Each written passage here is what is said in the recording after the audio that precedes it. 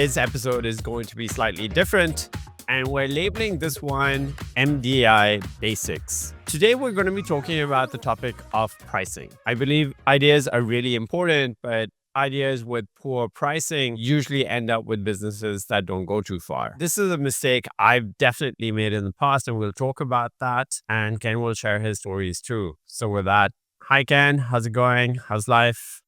Hey, good. Excited for today. Should be. I love these experiments. So is there a particular story that comes in mind with one of your past experiments or businesses about like a pricing mistake where you were like, oh, this didn't turn out the way I thought it would turn out? A small one. When I ran Theropoda, which was a platform to provide mental health therapy to Westerners using Indian therapists, and I charged 10% commission, and it was very low. So I never really had the ad budgets because the return visits was not that high. And so I was making very small commissions, like a few dollars per session, and usually my CAC was like $50 to $100. So the math never worked, and it just kind of, I spent too long with that model.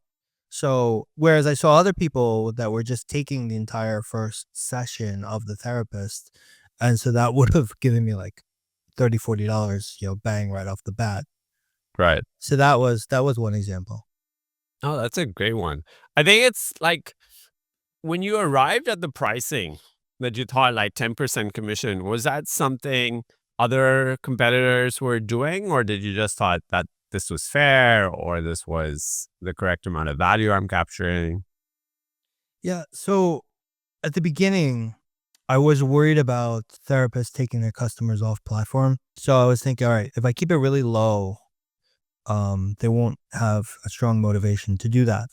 So I was like, all right, they'll consider 10% very fair because most other platforms are taking 20, 25%. So that was the initial thinking, but then I kind of like let it go too long, and I forgot that, I actually got to make money if I want to spend ads. I've done this in the past as well, where I've looked at a competitor's pricing and then I sort of like mirrored that or said, okay, competitor X is charging. Like I remember I ran a small HR tech experiment about like employee management through this daily check-in app. So remote teams, instead of doing stand-ups, you do like this daily check-in. And a lot of the competitors were charging $5 or $3 per employee per month. And I sort of like did that. And I didn't even think about the pricing too much. And then you just start building. But then you realize how much it costs to build, what your running costs are. And then you try to figure out like, oh, those people may have raised venture, or those people may have used another strategy to fund this in the midwhile, or they have a product that they sell on the side, which complements this really well. So this is just like the teaser to get in, and then they upsell you with something else. There's so many, I underpriced t-shirts once and I got massively stuck with massive inventory. So pricing has been definitely one thing that I've started to read more about. And now I just approach it the opposite from cost plus, because I think cost plus in my mind just gets you in wrong situations, like bad situations, because if that's basically your margin, like we're not talking about it from a value capture. Like I think your intentions were great with the 10% commission, but then, do you actually build a business around that? And then that becomes the point of contention then. Yeah. And another thing I've found is a lot of times if a person really likes your product, they get more and more value out of it. But then the second thing you need to think about is, okay, they're getting a lot of value out of it, but is it because of my product, or have they already kind of figured out how to get most of the value, even if they're not using my product? So this is the other dilemma I have with my Revive business, is that I'm pretty sure a lot of people a year or two on get a ton of value and want to be part of the community. But like at that point, they've kind of, they figured out, how the thing works and this kind of thing. So like, that's the other thing that I wrestle with pricing a little bit now is this whole, okay, like even if they get value, you know, do they need your product at that point? So that's Yeah. And that just comes down to value capture, right? So depending on how you price your product, I think there's this rule of thumb, which is that you should be able to capture 25 to 33% of whatever value that you generate for the customer. I've always found this a bit challenging because let's say for that business that you're talking about, you sell something to someone where, let's say that, not that product, but the tangential one, let's say that you sell a supplement or something or beef tallow to someone and suddenly they have a lot more energy. Like, how would you quantify the value change in that person's life as a result of consuming or using your product? There were a couple of questions that come to mind when you think about this. The first one being is like, do you eliminate any costs in their life? And I like this one because if you are going to the doctor or you're going somewhere else and you're spending $500 a month on fixing your stuff, or you're going regularly, or your insurance premiums are up, or some cost has increased in your life, like then I think like if you're going to the doctor and spending 500 bucks a month, then it makes sense. Like, okay, use this. It'll cost 125, but the 500 will go away. And I think there are a lot of SaaSes these days which are like that as well, which are like subscribe to our product, save, $500 on regular billing. I know we started using one called Pump. So this company is really interesting. What Amazon does is that if you buy a lot of forward compute from Amazon, they actually give you heavy discounts. So what this company did was like they raised a bunch of venture and then went and bought a ton of compute. And then they come to everyone else and say like, okay, like how much compute are you using? Or you're paying on a spot basis. They're like, come under our umbrella company and then you'll get 20% off your bill. And I thought that's pretty big. Like when you're spending 5 grand a month and you can take 20% off the thing. But they're actually running a model where they're actually making 40% off the bill. They're keeping 20 and they're giving you 20.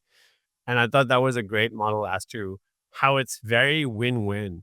And the only friction point really is like, do you want to be stuck under the umbrella of someone else's AWS account or not? If you get over that, then you get the savings. yeah, yeah. That also seems like one where it shouldn't be too hard for Amazon to disintermediate that by offering it itself. I think like Amazon does. I think like typical enterprise stuff, right? They ask you to commit for 12 months or pay upfront. So someone needs to have like the whatever 10, 20, 50 grand to put up. And if you can put it up, then you get the benefits. And if you can't, then that's the way backwards. Yeah, yeah, true. Some other questions are like, what revenue do you help generate for someone? So if you have a SaaS company which does social media scheduling, and as a result of the social media scheduling, I don't know, like it saves you time or it gets you leads basically. And like, I guess a lot of companies have started pricing based on, hey, you install us, the number of leads will go up. And as a function of leads, you'll make more money. It always sort of like now when I think about all of these things, that's why I don't even like very general sort of like SaaSes anymore. I think like if you do lead generation, like we did an experiment, if you remember, like earlier this year for real estate, like how much is that lead worth? And then how much can we charge the customer for conversion of the lead? And some of these leads are actually worth a lot of money. So that was interesting where you could like pitch it according to the revenue you generate. The couple of other ones are like, what risk do you help reduce for the company? How much time or what time do you save, or what opportunities do you unlock? I think all of these questions, basically, by asking them upfront, you can actually do a lot of like mental gymnastics to try to figure out, like, okay, because I think like this, before trying to figure out anything around pricing, like if you have a niche and you can quantify to a rough degree what is the value that you create for that person, I think working backwards from that is probably far better. It's not easy to do for sure, like we said, but yeah, that's generally how I'm approaching it these days. Yeah, I've seen someone talk about this a while ago where they were trying to map out the value that different users like they would do interviews, right? You could like interview 20 people. Maybe I think they were a product person. They're like, all right, tell me the story of your value for the last year. And the customer described it and he described this thing where he got a little bit of value and then he did this and it went up and it stayed high. And then he talked to another customer, he got the curve. And if you just do that, I think with like 20 customers and you map out what they tell you the value they got, and then you try to look at these different diagrams, like, all right, like what should my pricing be? What are my different pricing tiers based on these different value maps? Right. No, I think that's an interesting way to look at it. Well, talking about pricing maps, I read a pretty interesting email by Alex Hormozi the other day where he talks about like fractal pricing ladders. So to break it down, what he was saying is that 20% of your customers basically in some businesses generate, especially service-based businesses, generate 80% of your revenue.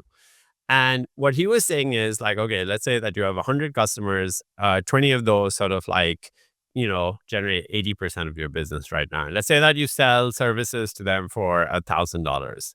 So in his fractal thing, he was like, okay, so out of those 20 people that are left, four of them or 20% of them would probably be willing to spend $5,000 on a more upgraded version of your service. And I really liked the way he was thinking because then he was like, that's fractal. So as a bigger number, let's say if it was 1,000 people and then there was 240, and then he said on those 40, if you run it again, 20% of that. So 8 people may be willing to pay 25,000 for a full done for you service. And he was talking about how by not changing too much in the product, but by sort of like repackaging it, putting more services, closer concierge on top of it, you can massively triple the size of a business without really doing anything different. And I thought that was really smart because it's very different from how SaaS pricing tiers are currently structured, right? Yeah. Yeah. I see a lot of value in that because the base situation I think is like some people are just willing to pay more, right? Yeah. And so the reality is it's very difficult to charge two different people the same amount, like different amounts just because one's willing to pay more. And therefore you need to look for, okay, that person that's willing to pay more, like what is it that I also can like offer him that now, okay, he'll jump to that next price. And I think that I found challenging, like based on the business, like, Right. but Because we all use these platforms like we use ClickUp a lot. We use your methodology and things like that. And when I look at ClickUp's pricing, whether that be like 5, 9, 15, get a custom code, like pretty much all SaaS looks like that. It's a considerable sort of like jump, but it's not these quantum jumps that Alex is talking about. But I feel like that's the more standard model because I think they have to price in line with the market as well. But do you think like if ClickUp would triple its pricing, would you think like the value you get from it would disappear and you would move back to something like Trello or no, so but I would try to reduce it. So if they were charging per user, like I'd cut out everybody that I don't really think needs it, put as many people as I can as gas. So I try to optimize my usage, but I would still, I haven't yet found something that I'd be willing to switch to. And I do feel like it is a big unlock of value that is kind of disproportional to what they charge, at least in my case. But at the same time, despite that, I'm constantly frustrated by because the way that they price is everybody needs to move to this higher pricing tier, even if it's one or two people that need that feature. And so when you're like, all right, I need that dashboard, and now I'm going to jump from $9 to $19, and you got 20 users, like you're like, all right, I'm the only person that needs this. Like, why do I need to pay for 20 other users to jump by $10? So that I think pricing those ways while you may convince the customer sometimes, they feel bad. And I think what you want is like something where people feel good and you still make more money. Yeah. I wonder whether, like, let's suppose that ClickUp was 135 and no one ever complained about price. Uh, you would probably be leaving money on the table then, right? Like, if we were ClickUp, I feel like some amount of complaining between the customers is pretty good. And our next example is one where there's a lot of complaining among customers. Like, you've used this product, I've used it too. HubSpot is a public company. Started off as I remember when it started off as a small sort of like, CRM, or not even CRM. They started off as like the social media management sort of like tool, which would help keep all your content and things like that. They have slowly evolved now over the last 14 years to be a behemoth sort of like SaaS company in the CRM space. But their model basically goes from $45 to $800 to $3,200 as base minimums. And I feel like they've actually played out Hermosi's pyramid of pricing fractally, because you probably have thoughts on HubSpot. A lot of people have thoughts on HubSpot because they give you that free CRM, they pull you in, they have significant ecosystem lock in then. And then moving is pretty difficult, but it's also very expensive. Yeah. Yeah. I feel like when I was many years ago, HubSpot started as like the small business friend, and then they became more corporate, and then they offer like now I implemented HubSpot almost a year ago to clients, and like I'm just surprised at how much we pay, and how they try to upsell you on so many things, and then many people start off with these discount packages. Like many startups start off on the startup package, and so I have this friend, he's raised like $7 million. They were on the startup HubSpot package, but then after a year or two, like they wanted them to pay more or less full price or close to it. It was just a ridiculous amount of money. So yeah, I think they reap the benefit in the short term, but there is some risk in the longer term, because you like even if you pay, like you got people like me that just don't feel good paying it. Yeah. I think ultimately you don't feel good paying it because that value equation is then broken in your head, right? Like, if HubSpot was, I don't know, you had one marketing person which was doing everything for you and you were paying that, and it was equivalent. I saw this other company just yesterday called Rocks, and we'll sort of like link it and show us this thing where it's sort of like this AI agent, sales rep, marketing rep sort of like thing. And I've seen a few of these ones where they're pricing them still at this level, which is 500. Like, I think per seat pricing for Rocks is actually a lot lower, but I think the minimum commitment is a bit higher. So they want to get enterprise customers in. But I think at a certain size, these pricing models will make sense. So suppose your friend's business right now is like at a growing early stage thing, but if he was making $10 million in top line sales per year and HubSpot's charging 3,200, I think that that would be a pretty okay deal for a lot of people, right? So I think it's a function of choosing the correct ICP as well. Yeah, yeah, for sure. And I think the closest you can match that, like the value to what you're charging, right? Like, so a good example to me would be you have wealth managers who maybe just charge a percentage of carry or something, right? Like, so then it's super aligned. You could pay that person $10 million, but you made 50 million, and like you're happy as hell. Like you paid in some ridiculous amount of money per hour, but you're like a pig in shit. So and like for me, like Google Ads is a lesser version where it's like nobody feels gypped. Like you feel like you're paying the market price, and everything you're paying for, you got that, like you did something, right? So I think whatever you can do to mimic that feeling is good. So, it's harder in SaaS, but I have a feeling like you can be more creative, how much do people actually use the tool? and then show them, okay, this is how much you use the tool, and therefore I'm going to price you this. Yeah. I think the as you were talking, one of the people that came to mind was Jesse Pucci's new company, Ox Insights. And I've heard him talk about this quite a bit. So what he does is that he provides marketing spend audits to very large companies that are about to be bought by PE. And he charges a service like $200,000, 250,000. But he was saying, like, listen, these guys are going to buy this business for $20 million, and they don't understand what this $1 million spend per month on the books is. Is it efficient? Is it not efficient? And he's charging such a small fraction of that overarching price, but they feel really good about the deal. He does, whatever, a week, 2 weeks of work, and he's getting paid a lot. And I think like that's where, it's not the traditional sort of like thinking about pricing. It's about like what value is created, what, you know, percentage of value that I can get.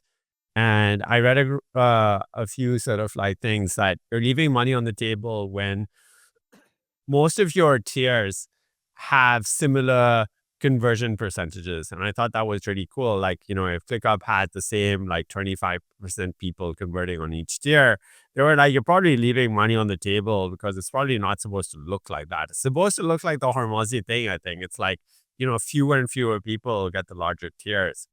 If no people are complaining about price, that's another one. Like, if you have faster sales cycles at the higher level, that was also one where it was like, okay, if this is happening, then you're probably leaving money on the table. If everyone just goes to your max plan and just buys it without talking to you, like, all right, that's over there. And if there is a lot of feature, like you said, like a lot of feature usage in the top tier sort of like thing as well. Like, I think like if you're ClickUp and you're charging $5 and people like Ken were like loading up people all the way and everyone's using this heavily, I still think that there's a threshold where you're probably charging too little for the value that you're creating because if everyone stops in. And I thought those were four pretty interesting sort of like factors that one can have as pointers in your business to figure out like, am I really leaving money on the table or not? And but one thing, one business still sort of like gets me, to think about pricing differently, which is why I love the topic, and that's Basecamp. So have you used Basecamp ever in any projects and stuff like that over the years? I'm sure you have. I have, but a long Yeah. time ago. Yeah. Basecamp had this tiery pricing, and I think it was like 3, 4 years ago, they switched the pricing to $99 per month, unlimited users. So that goes counter to all the flags that we just mentioned, right? Like that one tier. Uh, I don't know. Basecamp's revenue is supposedly in the range of 25 to $30 million a year, and they have like 37 employees. So if that's the case for Basecamp, uh, they're probably like gross profit after like salaries and stuff like that, without paying themselves, is like $15 million at least that they're making per year, and that could be chopped and tax and all of that. But yeah, what do you think about like this flat price so that no one has to think about like which plan, which tier, because they're definitely leaving money on the table for sure. Yeah, I think it definitely, like, I hate in general when I gotta negotiate and I feel like, okay, like, the old like car sales model, like I would just hate that. I was like, all right, I just want to know that I'm paying the same price everybody else is because I don't want to come out of this thing feeling like that other guy got a better deal. So I hate it, like, against negotiated pricing. Like, I hate negotiated pricing for sure. Flat's good. If flat is low enough, I think flat, like, you're gonna leave some money on the table because otherwise, if you price too high, like, you're leaving so many people that would have been customers, and if you price too low, like, you're just not reaping it. So I think it's a trade off where you're definitely gonna leave some money on the table, but you have an interesting positioning in the market. Yeah. I think it comes down to, in closing, I think it comes down to what your goals basically are. And for those guys, they don't want to do the whole complicated pricing and make that sort of like decision fatigue for their customers. That like, listen, our customers on average bring these many people in. We had these customers for a long time. Let's keep things simple, which is what they're known for. And I think it reflects their ethos. And, frankly, they don't want to be the next HubSpot or Asana or things like that. They just, if you look at Asana versus Basecamp, which they had, Jason Fried did a post a while back about how much money Asana is burnt versus them. Like they're playing different games. So I think it really depends on what game you want to play, how much money you want to make. And I think that's over there, but I think price is reflective of the value that you perceive that you create for your customers. So in their minds, if they think like, a lot of NGOs or other people are using their products and they charge $100 and it's costing them like, $20 a month for serving an average customer, they're pretty happy with those margins and they're like, I'll take it. But I think the last thing I probably want to leave people with is that if you're currently priced at a certain rate, one of the things that I've started to say after reading the Hormozy piece is like, what does 5x your price currently look like? And which one of your customers might be interested in that? I think that's one of the easiest lifts that I've seen that, you could configure things a bit differently with your product, especially a SaaS, and could meaningfully improve your top line. Because I think like any one of those increases like would do a double off your top line if you can get it done. Well, that would be like a huge win for anyone who's looking to grow their business and feeling stuck. Yeah. Yeah. Well, one last thought idea I had before that I want to just leave with was when you think about AI, what could AI unlock? And I feel like outcome-based pricing is something very few people do, right? Like strategy consulting firms tried a little bit of it where it's all right, if I'm going to save the company this amount of money, I'm going to take this much. And the amount you could earn theoretically becomes much more. The problem is always in measuring, right? And so I had this because I have a medical product where I'm like, all right, if I meet someone with brain fog and their life is really bad and I give them this simple appliance, rather than just charging them $100, like I'd rather say, hey, like, what would you pay to live like completely healthy again? Right? Like the amount would be huge for some of these people. They're like, all right, I'll take 10% of that. The problem would be that like, like when they get there, they're gonna be like, no, like I'm not there yet, So if somehow AI could, track and like, be something you could trust and it just plugs into tracks them somehow. I think that's gonna open up some interesting new pricing models that are more outcome based. Yeah. No, that's definitely. I feel like if you could ask that person and do that for so many things, like if I was to ask you, hey, Ken, how much value are you generating with ClickUp today? And if it's like, if I remove ClickUp and put you on to, let's say, Trello today, and suddenly you have spent 2 more hours per day, sort of like cycling through things and stuff like that, then you take your hourly cost, multiply by 2, multiply by the 25 days that you work in a month, and then you're like, shit, that's going to be a substantial thing. And then ClickUp's bill doesn't look that bad at the end of the day once you are doing that. And yeah. Yeah, exactly.